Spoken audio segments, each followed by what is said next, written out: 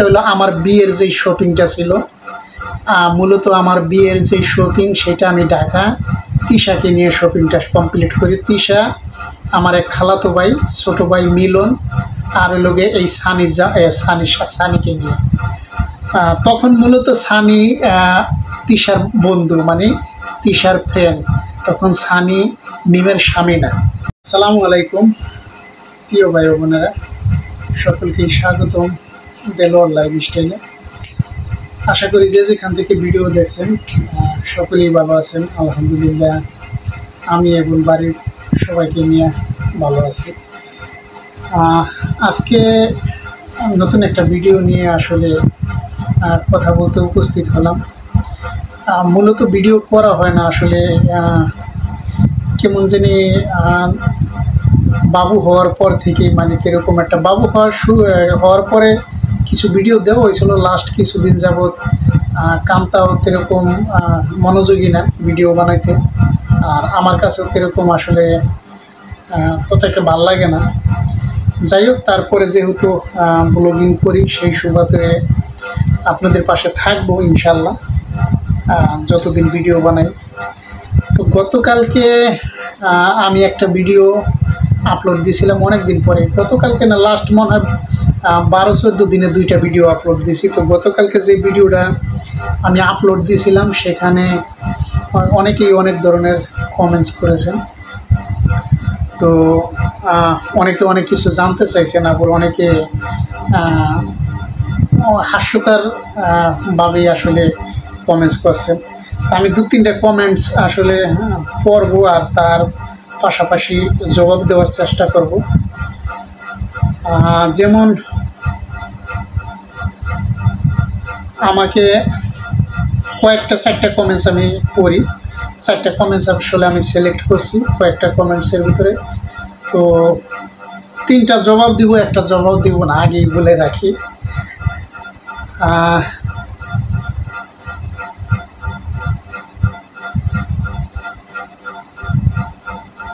একটা কমেন্টস করছেন, তার নাম হইল আইডির নাম শুধু রাইট দেওয়া, রাইট 2875।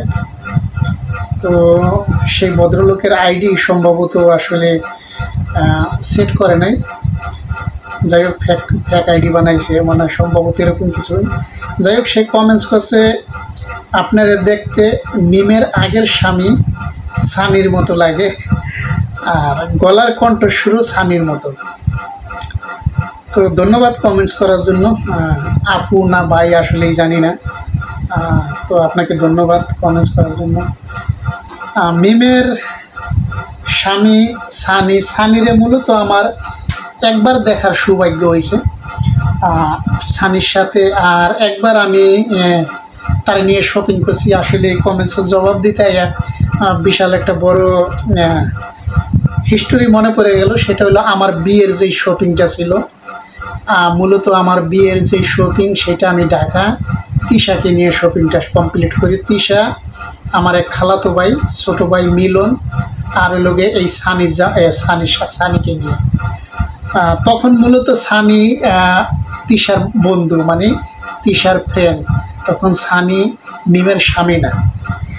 তো যখন তিশাদের বাসায় গেছি তখন তিশা সানিকে নিয়ে গেছে, চলো একটু শপিং করে আসি, মানে ভাইয়া দেশে থেকে আছে, বিয়ের শপিং করতে হবে। তো আসছে আর কি, এরকম কোনো কিছু মানে আসে না যে যাবো কি যাবো না, এরকম কিছু না। ফ্রেন্ড বলছে চলো তাই যাই। তো আমরা নিউ মার্কেটে যাই। নিউ মার্কেট থেকে আমার ওয়াইফের জন্য, কান্তার জন্য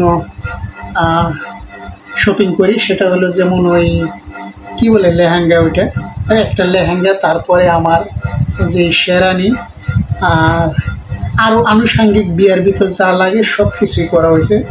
তবে এই আসলে এতদিন আমার খেয়ালে ছিল না, এই কমেন্টসটার দিকে স্যাডেনলি আসলে মনে পড়লো সেই অতীতের কথাটা।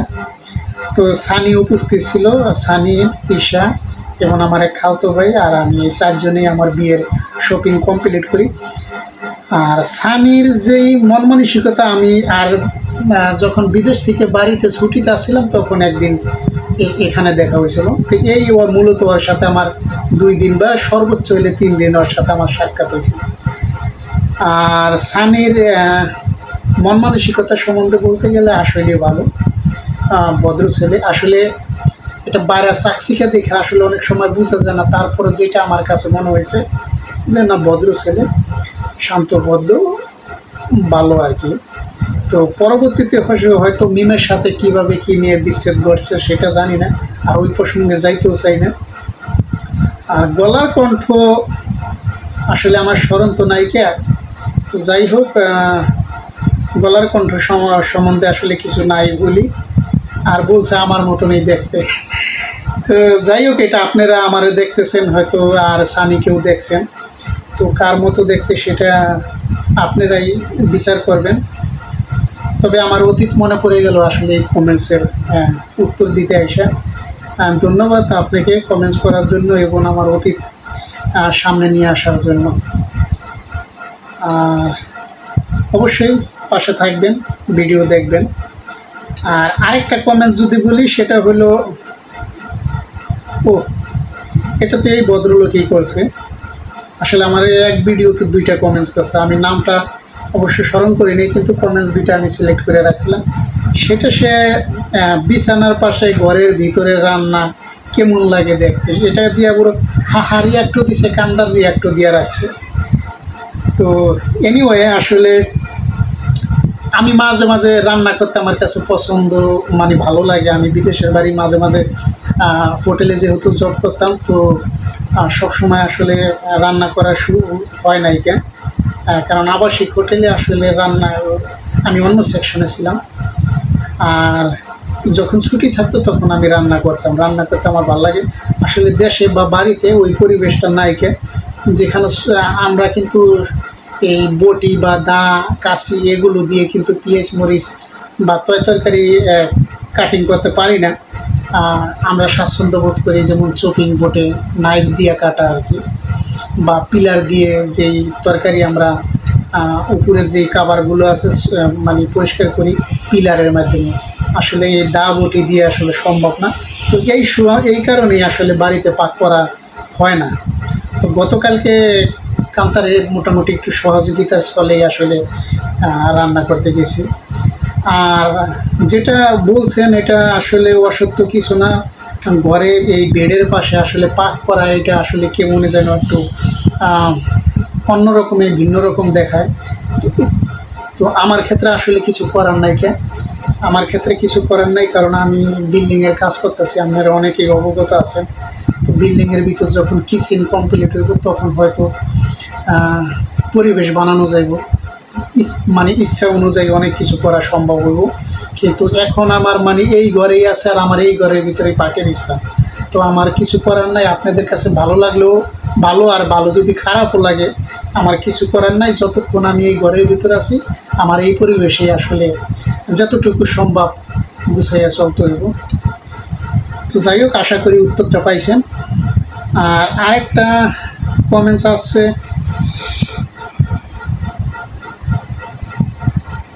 তাহামিনা, এটা আমার খুব, যখন থেকে আমি ইউটিউবিং করি তখন থেকেই আসলে এই আপু আমার চ্যানেলে থাকে, মানে চ্যানেলে ভিডিও দেখে, লাইক করে এবং ম্যাক্সিমাম টাইম কমেন্টসও করে। তো তাহমিনা আপুর সাথে আমার সাথে ফোনও আসলে বিগত দিনে 2-3বার নাকি যেন যোগাযোগ হয়েছে বাহারাইন থাকা অবস্থায়। তো আপু আমার কাছে জানতে চাইছে আপনাদের নদী ভাঙ্গার কী খবর। তো ধন্যবাদ আপু, নদী ভাঙ্গার কী খবর এটা নিয়ে আমি আসলে আগামীকাল ইনশাল্লাহ আপনার এই কমেন্টসের জবাব দিব, এবং যে নদী ভাঙ্গার খবর বা আপডেট এটা আমি তুলে ধরব। আর তো ধন্যবাদ কমেন্টস করার জন্য তাহমিনা আপু, ভালো থাকবেন, আশা করি বাড়ির সবাই ভালো আছে। আপনার কমেন্টস করবেন, পাশে থাকবেন, আপনার জন্য দোয়া এবং শুভকামনা রইল। আরেকটা কমেন্টস করছে, যেটা আমি আগেই বলছি 4টা কমেন্টসে 3টা জবাব দিব, একটা দিব না। সেটা হলো রুজি বেগম এই আপু কমেন্টস করছে, ভাই লতা ও আপনার আম্মু কি আলাদা খায়? তো ধন্যবাদ কমেন্টস করার জন্য আপনাকে। এই প্রসঙ্গ নিয়ে আসলে কথা বলতে চাই না। মূলত আসলে একটু কথা বলি, সেটা হলো কি, আপনারা অনেকেই সবার বাড়িতে একটা ফ্যামিলি আছে, একটা লাইফ আছে। প্রতিটা ফ্যামিলিতেই মনে করেন মান অভিমান, জর্গা বিবাদ এরকম থাকে। আর যেখানে মনে করেন কি বলে মনমালিন্য যেখানে নাই, সেখানে আমার মনে হয় শুধু সুখই আসলে সব কিছু বয়ে আনে না। যেমন সুখের সাথে দুঃখও থাকতে হয়, দুঃখের সাথে সুখ থাকতে হয়। তো একটা ফ্যামিলিতে অনেক কিছুই ঘটে, অনেক কিছুই আসলে সামনে আসে। বিশেষ করে আমার ফ্যামিলিতে আমি যেই ভিডিও করি, আমি কখনো আসলে একমাত্র একবার সাদিয়ার সাথে আমার সাথে মনমালিন্য হয়েছে, ছোটো বোনের সাথে, ওইটাই আমি দুইটা না একটা ভিডিও বানাইছিলাম। তাছাড়া কখনো আমি ফ্যামিলি বিষয়ে আসলে ভিডিও বানাই না। মানে যেটা তুইলা ধরা যায় এরকম কোনো প্রসঙ্গ আসলে সেটা আমি আসলে ভিডিওর মাধ্যমে শেয়ার করি। আর যে পারিবারিক যে বিষয়গুলো আছে এগুলো আমি শেয়ার করি না। তবে কান্তা অনেক সময় ও চায় আসলে কিছু একটা বলবো ভিডিওর মাধ্যমে, মানে পারিবারিক বিষয়। তবে আমি বলছি যে না, ফ্যামিলিগত কোনো বিষয় আসলে ভিউয়ার্সদের মাসে শেয়ার করার দরকার নাই। কেন, যেটা মানে করা যায়, দেখানো যায়, বলা যায়, শেয়ার করা যায়, সেই সব জিনিস আমরা তুলে ধরবো। তাছাড়া বাড়ির যে ডিপলি কিছু আপডেট আছে এগুলো আসলে সোশ্যাল মিডিয়ায় না আনাটাই বেটার। তো যাই হোক, তারপরে যেহেতু কমেন্টস করছেন, অন্য এক সময় ভিন্ন এক সময় হয়তো এই কমেন্টসের জবাবটা দিব। যাই হোক, আর নদী প্রসঙ্গ নিয়ে কমেন্ট করেছেন 11। নদী প্রসঙ্গ নিয়ে আমি আগামীকালকে একটা অনেকেই আপনারা দেখতেছেন, আপনারা লামিয়া লাইফস্টাইলের ভিডিও দেখেন, মাসুদ নুসানের ভিডিও দেখেন, আরও অনেক ব্লগাররাই আছে নদী নিয়ে নিয়মিত আপডেট দেয়। তো আপনারা অনেকেই অবগত আছেন। তারপরও হয়তো অনেকে আসলে এটা বললে হয়তো তারা আবার আমার এন্টি হয়ে যাবো যে সঠিক জিনিসটা আসলে অনেকে মানে 100% তুলে ধরে না।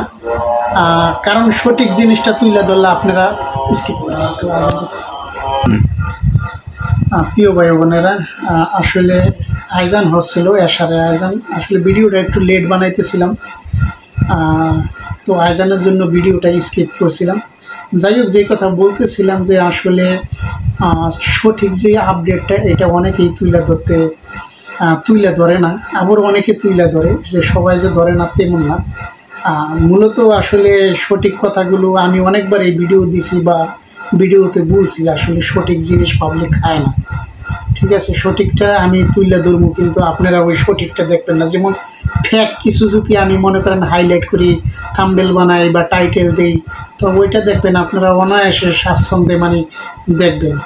আসলে আপনারা বোকা হইবে, আর আমরা যারা মানে ভিডিও বানাবো আমরাই লাভবান হব, কারণ আমাদের ভিউ কামাই এলো, আর আপনারা দেখে এটা আসলে বোকা হইলেন। তো এনিওয়ে, যাক সেটা বলি না।